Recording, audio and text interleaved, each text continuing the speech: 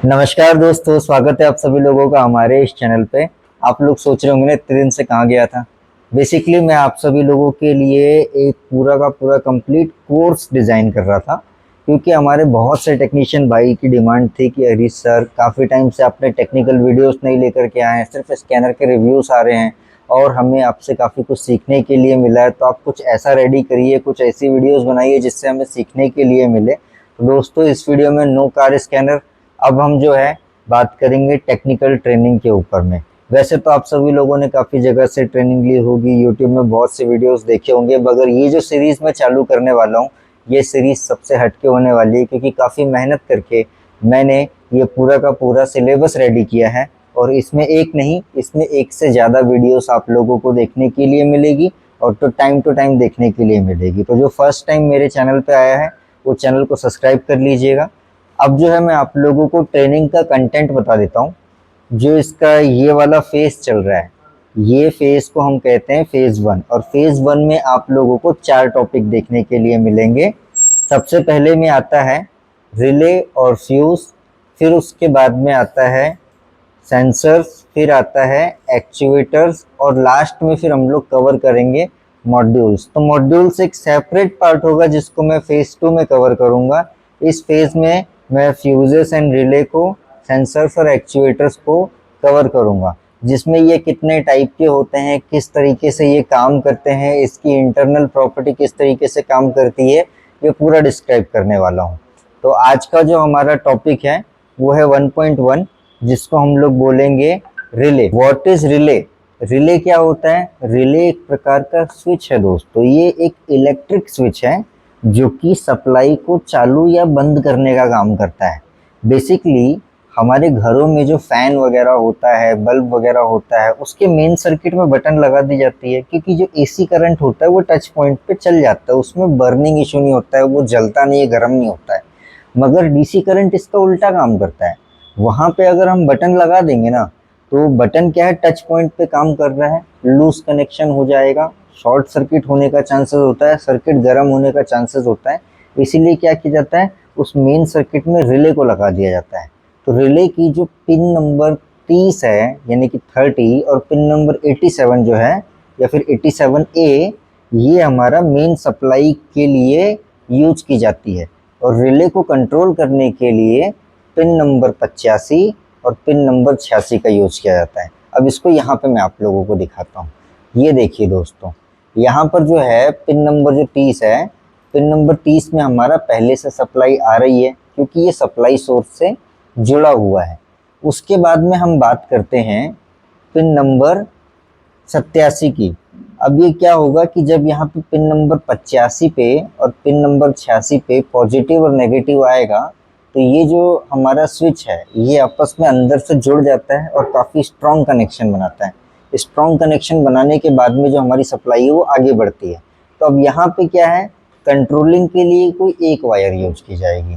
जैसा कि यहाँ पर ऑपरेटिंग नेगेटिव हो गया, ऑपरेटिंग पॉजिटिव हो गया, तो इन दोनों में पॉजिटिव और नेगेटिव आएगा तब जाकर के सप्लाई आगे बढ़ेगी। मगर यहाँ पे क्या हो रहा है कि एक वायर से कंट्रोल किया जाता है, स्विच तो खाली एक ही सप्लाई भेजेगी ना, तो दूसरी सप्लाई कॉमन हो जाती है।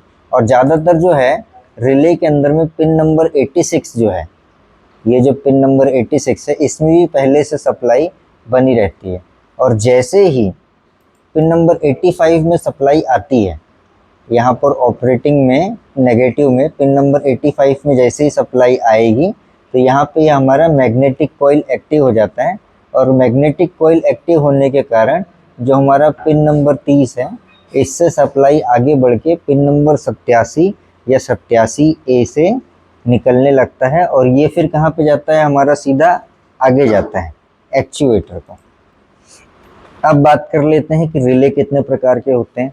वैसे तो रिले काफ़ी प्रकार के होते हैं, मगर इसमें से 2 रिले जो है हमारी गाड़ियों में सबसे ज़्यादा यूज़ किए जाते हैं, जिसमें एक है STSP, यानी कि सिंगल थ्रो सिंगल पोल, या फिर सिंगल पोल सिंगल थ्रो बोल सकते हैं आप लोग। और दूसरा होता है STDP, मतलब कि सिंगल थ्रो डबल पोल।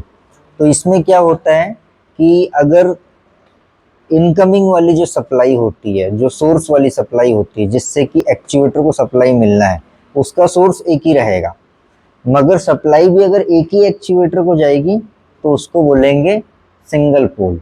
और अगर रिले से दो एक्चुएटर चलाए जा रहे हैं, दो एक्चुएटर को सप्लाई मिलेगी, तो उसको हम लोग बोलते हैं डबल पोल। और आसान भाषा में हम जैसे लोग जो बोलते हैं कि 4 पिन वाला रिले और 5 पिन वाला रिले, तो 4 पिन वाला जो रिले है उससे एक एक्चुएटर कंट्रोल होता है, 5 पिन वाले से दो एक्चुएटर कंट्रोल होता है। तो यहाँ पर मोस्टली जो है आपको ST/SP में 4 पिन देखने के लिए मिलेगी और ST/DP में आपको 5 पिन देखने के लिए मिलेगी। अब जो है रिले काम कैसे कर रहा है इसको मैं पिन वाइज आप लोगों को समझा देता हूँ, क्योंकि उसमें आप लोगों को दिखाया था, अब मैं आप लोगों को इसके अंदर में दिखाऊंगा। तो देखिए पिन नंबर 85 और 86 में हमारा जो है 12 वोल्ट का नेगेटिव और पॉजिटिव सप्लाई आता है, क्योंकि इसके अंदर में मैग्नेटिक कॉइल होती है। तो ये मैग्नेटिक कॉइल को एक्टिवेट करने के लिए, कंट्रोल करने के लिए रिले को 85 और 86 नंबर की पिन पे आपको नेगेटिव और पॉजिटिव देखने के लिए मिलेगा। ओके, पिन नंबर 85 और 86 में क्या आ गया, नेगेटिव और पॉजिटिव।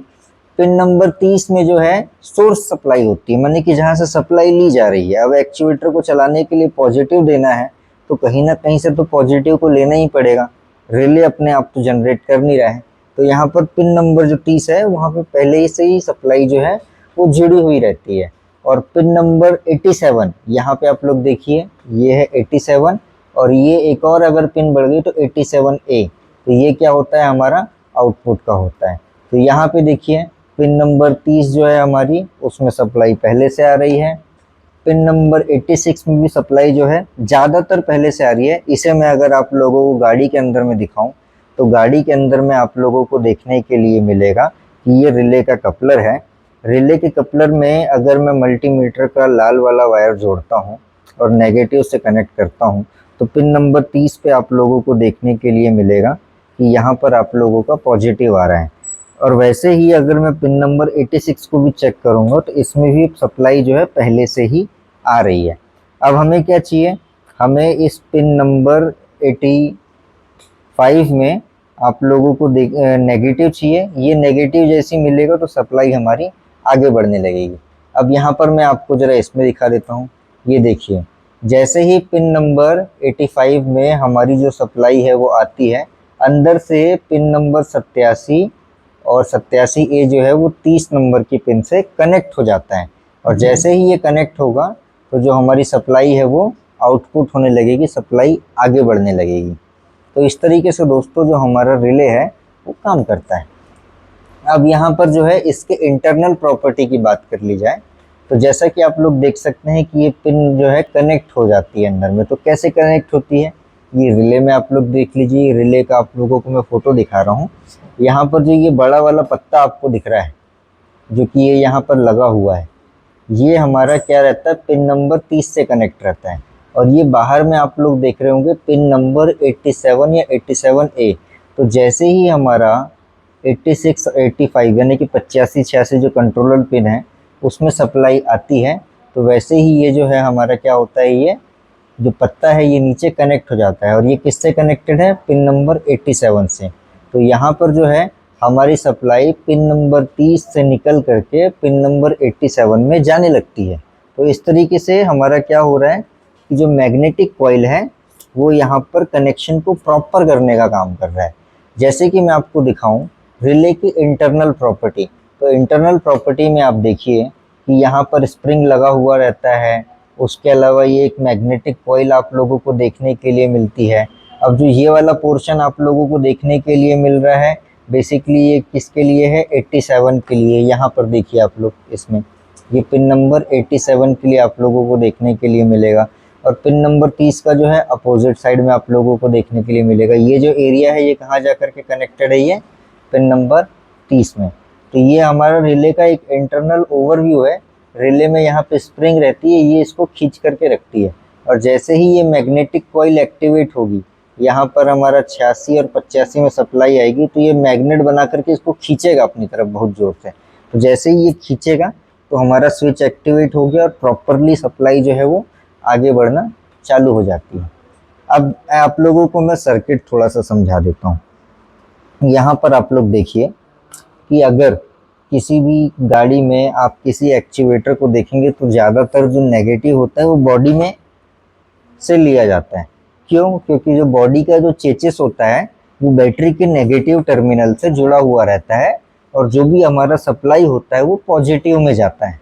और ज़्यादातर गाड़ियों में आप लोगों को ये देखने के लिए मिलेगा। और अगर किसी में कनेक्ट है तो ये यहाँ से सीधा यहाँ पे कनेक्ट हो गया, वो कोई बड़ी बात नहीं है। तो यहाँ पे अभी मैंने आपको जो दिखाया है इसमें ये जो स्विच है, स्विच को आप देखिए।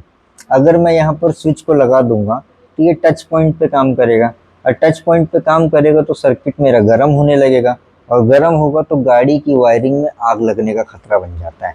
इसलिए ये जो हमारा तरीका है डायरेक्टली जो स्विच लगाना है ये गलत होता है। इसलिए कंपनियां जो है इसमें डायरेक्ट स्विच नहीं लगाती किसी भी हैवी एक्चुएटर को कंट्रोल करने के लिए, और ना ही ईसीएम से कंट्रोल करेंगी।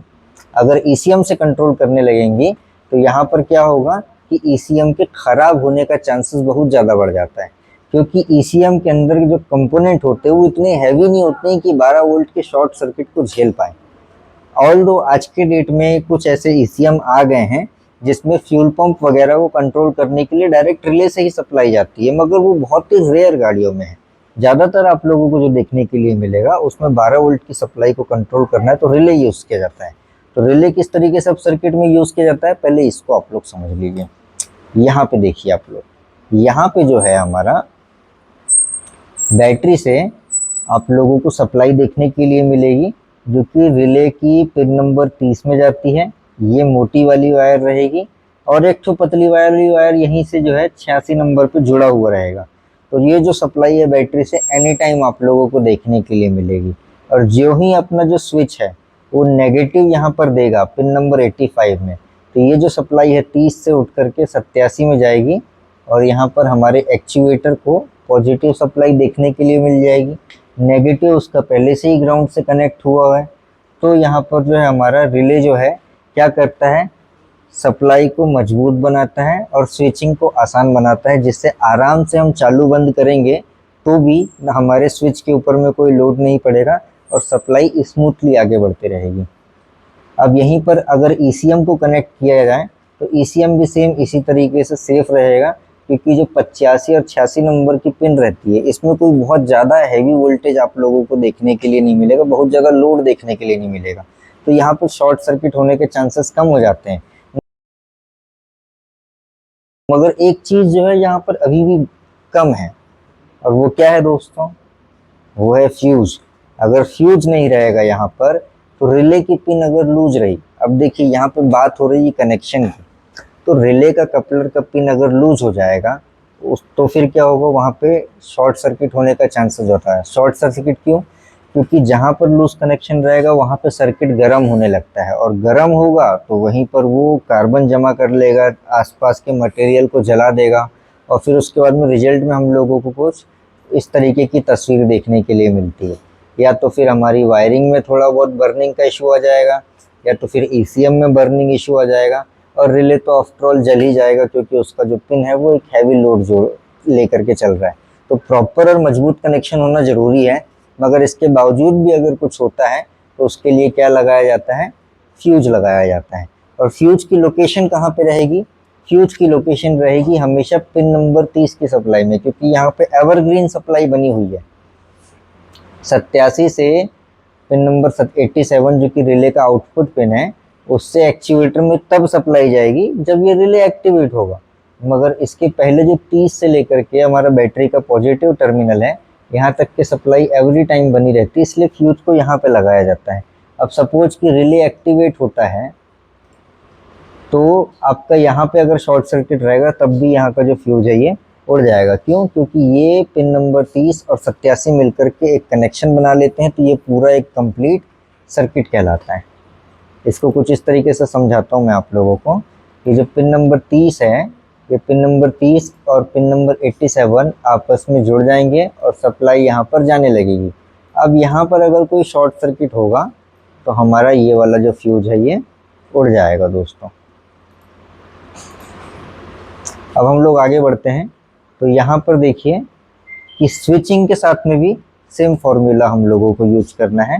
यहाँ पर भी जो है हमारा सप्लाई में स्विच से अगर सप्लाई हम लोग कंट्रोल करते हैं और अगर आगे कहीं शॉर्ट सर्किट है तो आप लोगों का फ्यूज जो है वो उड़ जाएगा।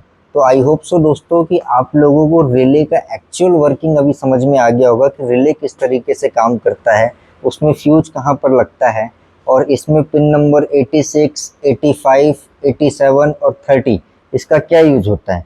पिन नंबर 30 इनकमिंग कनेक्शन के लिए, पिन नंबर 87 आउटगोइंग कनेक्शन के लिए और 85 और 86 उसको कंट्रोल करने के लिए। तो दोस्तों अगर आप लोगों को ये वीडियो पसंद आती है तो प्लीज़ इसको लाइक कीजिएगा, चैनल को सब्सक्राइब कीजिएगा और अपने दोस्तों के साथ शेयर कीजिएगा। और अगला जो वीडियो मैं आप लोगों के लिए बनाऊंगा वो बनाऊंगा फ्यूज के ऊपर में कि ये कितने प्रकार के होते हैं और किस कलर का क्या मतलब होता है, एवरीथिंग सब कुछ हम कवर करेंगे। और इसके बाद में हम आएंगे सेंसर्स पे। सेंसर्स पे हम बात करेंगे कि सेंसर कितने प्रकार के होते हैं प्रॉपर्टी वाइज और वर्किंग वाइज। फिर उसके बाद सेंसर में अगला टॉपिक जो हम कवर करेंगे कि सिस्टम वाइज ये किस तरीके से काम करता है। फिर एक्चुएटर पे आएंगे, फिर मॉड्यूल्स पे आएंगे। तो अगर आप लोगों को ये सीरीज ऑफ वीडियो चाहिए तो प्लीज़ बेल आइकन को भी प्रेस कर दीजिएगा, आप लोगों को नोटिफिकेशन में मिल जाएगा। और जिस किसी भाई को इसका लिंक डायरेक्टली चाहिए तो आप नीचे डिस्क्रिप्शन में मेरा व्हाट्सएप ग्रुप बना हुआ है टेक्निकल ट्रेनिंग के नाम से, उसको आप लोग ज्वाइन कर लीजिएगा। उसमें टाइम टू टाइम आपको अपडेट मिलते जाएंगे और साथ ही साथ में ये जो प्रेजेंटेशन का पीडीएफ है ये भी आप लोगों को व्हाट्सएप ग्रुप पर टाइम टू टाइम मिलता रहेगा। तो जिस किसी भाई को भी हमारा ये ग्रुप ज्वाइन करना है, हमसे जुड़ना है और फ्री में पूरी कंप्लीट ट्रेनिंग लेनी है तो सब्सक्राइब कीजिए दोस्तों। मिलता हूँ नेक्स्ट वीडियो में, तब तक के लिए have a nice day, bye.